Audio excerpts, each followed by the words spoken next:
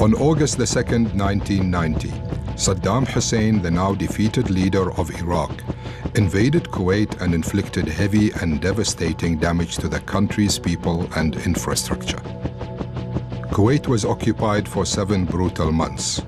The Kuwaiti people collectively refused the invasion, and the world almost entirely rejected Saddam's occupation of Kuwait. Finally, on February the 26th, 1991, the coalition forces liberated Kuwait. As he promised a scorched earth policy, Saddam ordered his retreating army to detonate all of Kuwait's oil wells and set them on fire. The world's oil fire specialists estimated it would take 5 to 10 years to put out all the fires. There has never in history been such a huge number of oil fires raging at the same time. In an average year, only 20 or so oil fires erupt worldwide.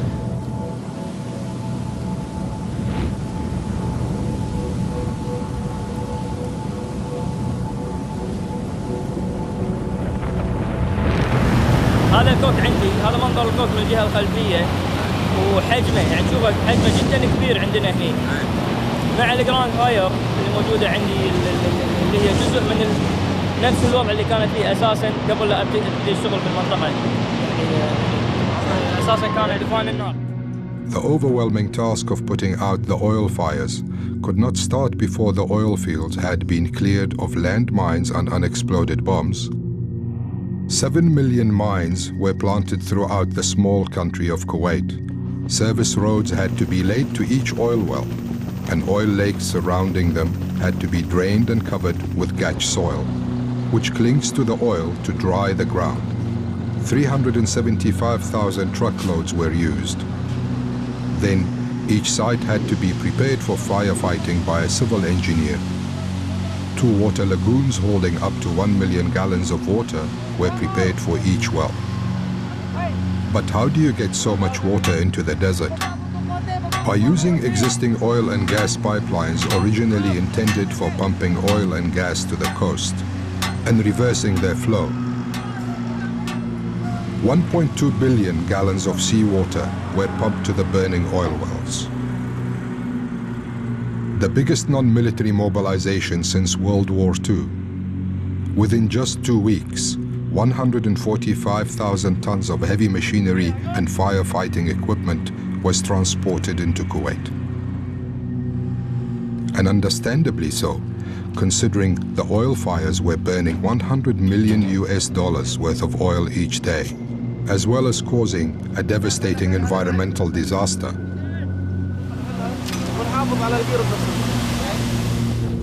The Kuwaiti firefighting team started fighting the fires 180 days after the main American and Canadian teams. Surprisingly, they outperformed all the other teams and set the world record by extinguishing their first burning oil well in only 12 minutes. They later surprised the world by putting out the fiercest oil well fire in the Burgan oil field, the notorious BG-160.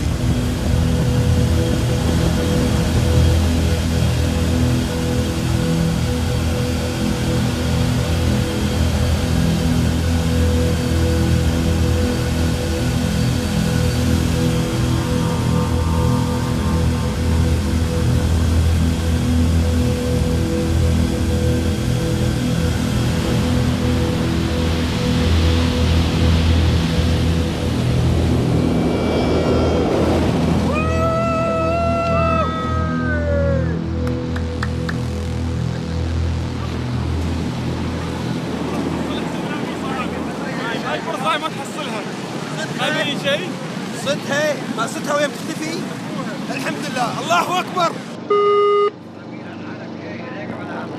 سعود النشمي علي أسد. سعود النشمي. أبو وليد, we just put BG-160 fire out. برافو عليكم يا شباب. بعدوا عليها ترى الأرض وايد حارة وحاولوا عن الريجنيشن.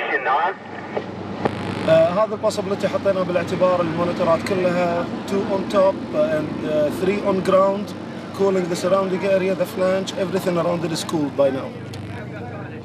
تمام يعطيكم العافيه يلا ريحوا حق باكر نسوي الكامبينج ان شاء الله. ان شاء الله ابو وليد يعطيك الف عافيه.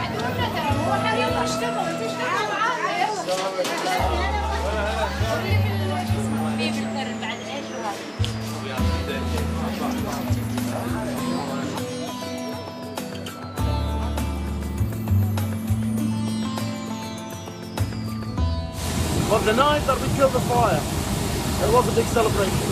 No one ever thought that we could put the fire out. No one ever thought that we could control it. But 3 days in a row, we've been trying and trying and trying. But what happened is all the other companies, everybody in Kuwait, were backing us up. But most of the companies, some people in Kuwait, were telling us no way that we can do it. We Kuwaitis, we're only used to small wells, which is completely untrue. We managed, with our insistence, we made it, and we killed that well, and within 24 hours, the well was capped.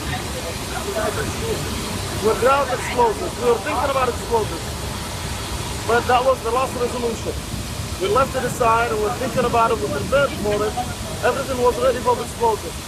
But we made it the last resolution. We were not going to give up so easy to go to explosive. We tried our best, and for the first day, our best wasn't good enough. But the next day and the third day, we did everything we could.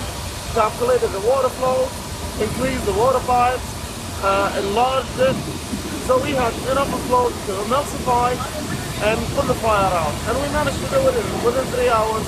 But I tell you, those 3 hours were like hell. You were inside a monitor similar to this one. The steam was coming right under the monitor, all over the place, difficult to breathe. But with our insistence, no, we said we're not leaving this place without killing the fire. Either we kill it or it's going to kill us. But thank God, we killed it first. In total, more than 1 billion barrels of oil were burnt. That is equivalent to what India, the United Kingdom, and France use in a year.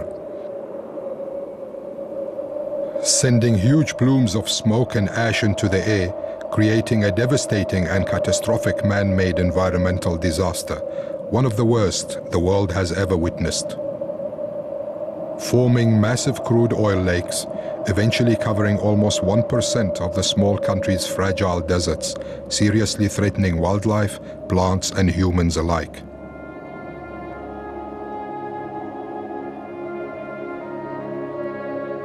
Another 20 million barrels of oil were poured into the Gulf, killing marine life, coral reefs, and threatening many endangered species.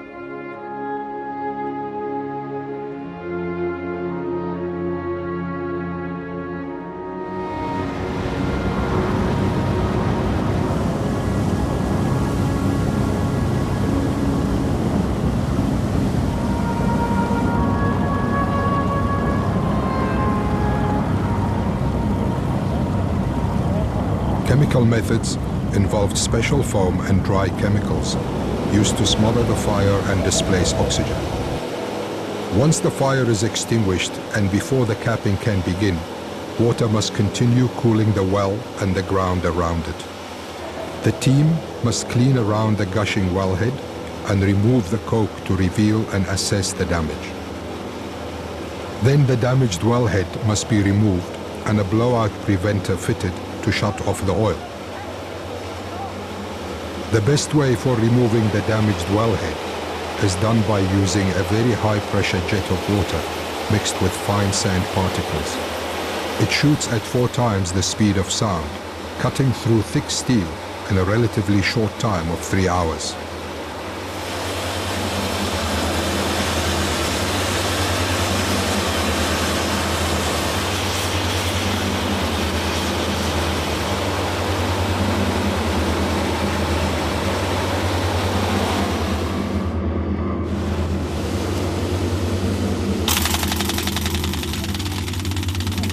The Venturi tube is a very important firefighting tool. It is a simple steel tube 10 to 12 meters high, used as a chimney to direct the fire upwards, away from the firefighters and equipment, making it easier to fight the fire. Once the fire is out, it helps keep the flow of oil away from the capping team.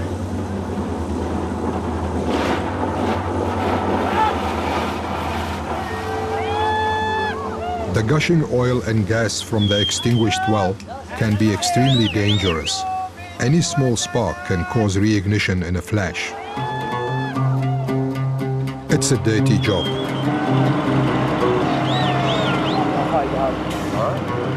The fires burned for more than 8 months, wasting an average of 6 million barrels of oil and more than 100 million cubic meters of natural gas per day. More than 10,000 men and about 500 firefighters and specialists from all over the world participated in the firefight.